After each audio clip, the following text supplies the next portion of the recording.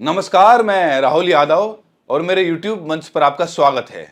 तो कल high court का फैसला आ गया जमानत पर। हम सब लोग उम्मीद किए हुए बैठे थे कि फैसला आएगा और शायद इस बार जिस तरह पिछली बार टिप्पणी की गई थी कि कितने दिनों तक आप जेल में रखेंगे, ट्रायल क्यों नहीं शुरू हुआ है, ये सारी बातें हाई कोर्ट में की गई थी और लग ये रहा था कि शायद इस बार जमानत मिल जाए।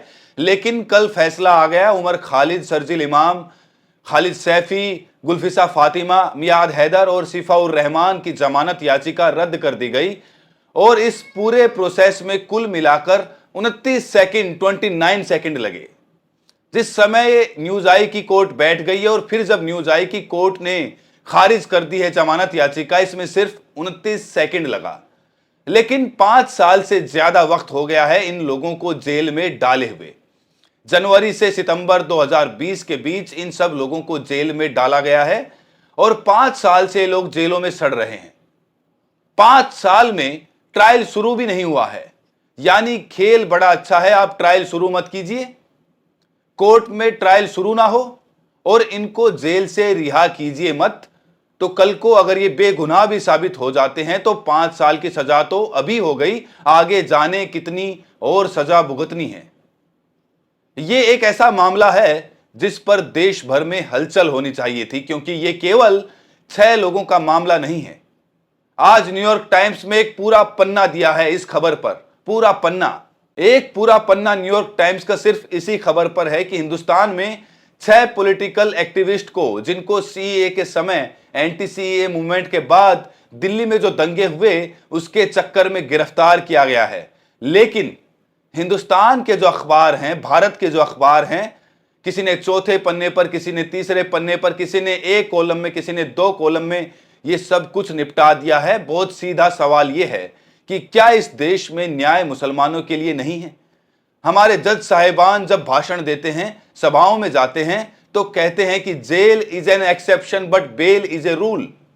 जमानत जो है वो एक नियम होना चाहिए, सबको मिलनी चाहिए, और जेल एक एक्सेप्शन के केस में ही भेजा जाना चाहिए। यह भाषण दिया जाता है, चाहे चंद्रचूड़ साहब हों, चाहे गवई साहब हों, चाहे जो भी हों, ये सारे लोग इस तरह के भाषण देते रहते हैं, बातें होती रहती हैं। लेकिन जहां उसको जमीन पर उतारना है, शायद इन 6 लोगों के मामले में, उमर खालिद, शर्जील इमाम, खालिद सैफी, गुलफिसा फातिमा, मिरान हैदर, सिफाउर रहमान, इन लोगों के मामले में शायद रूल और एक्सेप्शन बदल जाते हैं। जेल एक रूल बन जाती है और बेल एक एक्सेप्शन बन जाता है। 5 साल में ट्रायल शुरू नहीं हुआ। क्यों नहीं हुआ?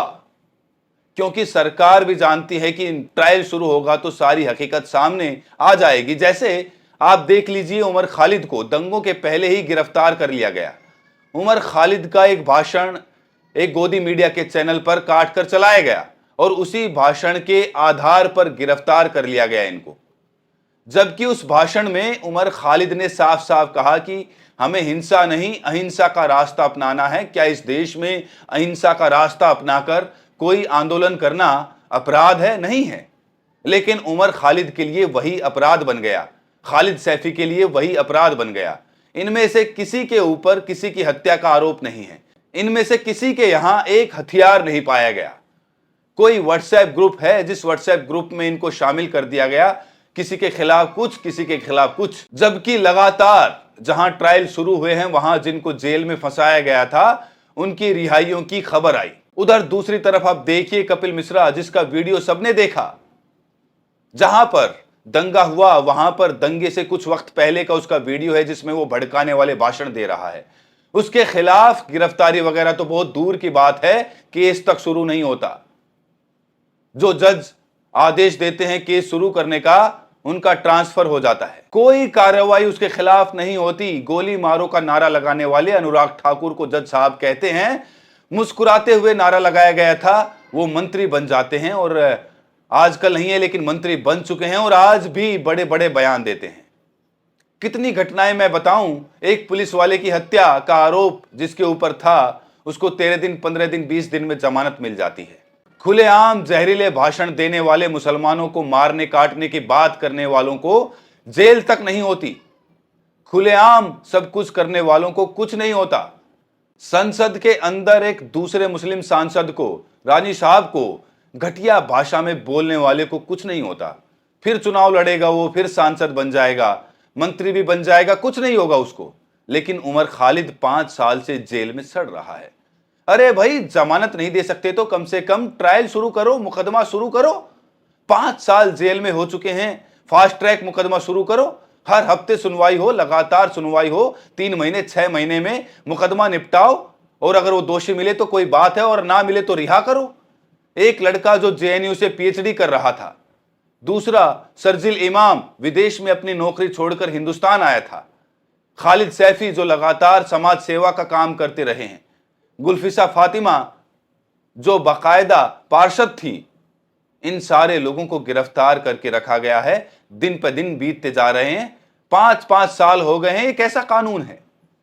ना तो सजा देता है और ना ही रिहाई देता है। जमानत तो इंसान का अधिकार होता है। क्या ये देश छोड़कर भागने वाले हैं? क्या मुकदमा चलेगा तो वहां पर ये हाजिर नहीं होंगे? क्या ये इतने पावरफुल हैं कि अपने खिलाफ मुकदमे को प्रभावित कर सकते हैं? सबका जवाब है नहीं। लेकिन सरकारी वकील साहब, कल मैं कोर्ट का ऑर्डर पढ़ रहा था, सरकारी वकील साहब तो चाहते हैं कि ये लगातार सारी जिंदगी जेल में ही रहें, ट्रायल शुरू हो चाहे ना हो।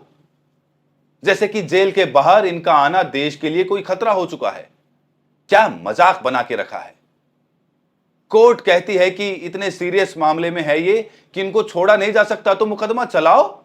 है सीरियस मामला, मान लिया, आप ही सही कह रहे हो, आप कोर्ट हो, माई बाप हो, हुजूर हो, आपकी बात 100% सही है, मुकदमा चलाओ।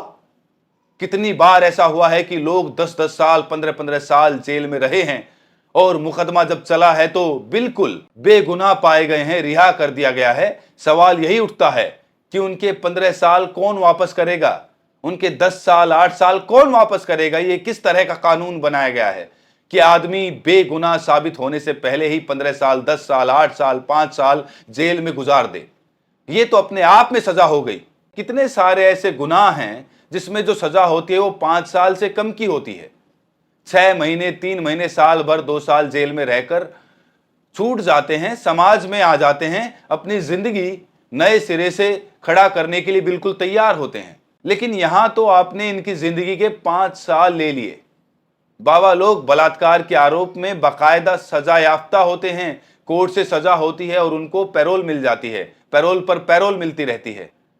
कभी 1 महीने की पैरोल, कभी 15 दिन की पैरोल। ऐसा लगता है कि बस जेल में घूमने फिरने के लिए जाते हैं, कुछ दिन बिताकर फिर वापस लौट आते हैं। यहां खालिद सैफी को बड़ी मुश्किल से 10 दिन की पैरोल मिली क्योंकि उनका बच्चा बीमार था।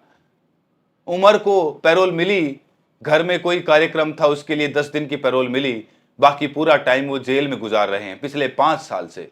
हालत ये है कि राइट विंग के भी कुछ लोगों ने कल लिखा कि ये न्याय नहीं है। लेफ्ट विंग तो छोड़ ही दीजिए, प्रोग्रेसिव, लिबरल, सेकुलर लोगों ने जो लिखा है वो तो पढ़िएगा आप और जानते हैं। और आप राइट विंग के अभिजीत अय्यर, मित्रा जैसे लोगों ने कहा कि ये और कुछ ना हो लेकिन न्याय नहीं है।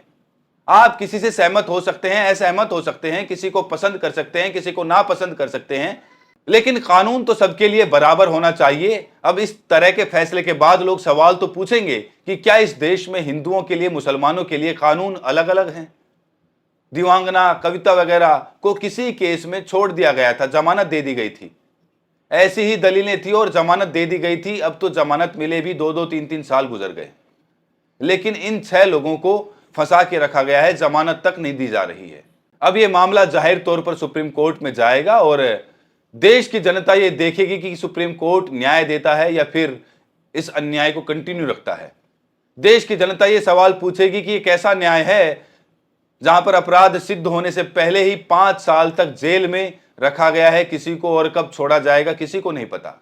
ये कैसा काला कानून बनाया गया है यूएपीए, जिसमें आप किसी को उठाकर बरसों बरस यूं ही जेल में रख सकते हैं। इस तरह के कानून जब भी बने, कड़े कानून के नाम पर हमेशा हमारे जैसे लोगों ने सवाल पूछा कि ये कानून गुनहगारों के लिए है या फिर बेगुनाहों को फंसाए रखने के लिए है। आतंकवाद से लड़ने के नाम पर, कभी किसी चीज से लड़ने के नाम पर जो लोग कड़े कानूनों की मांग करते हैं, उनको एक बात सोचनी चाहिए कि ये कड़े कानून है या फिर अन्याय है। पुलिस ने उठाया, गिरफ्तार करके डाल दिया, यूएपीए लगा दिया, उसके बाद जमानत खारिज, जमानत खारिज, जमानत खारिज।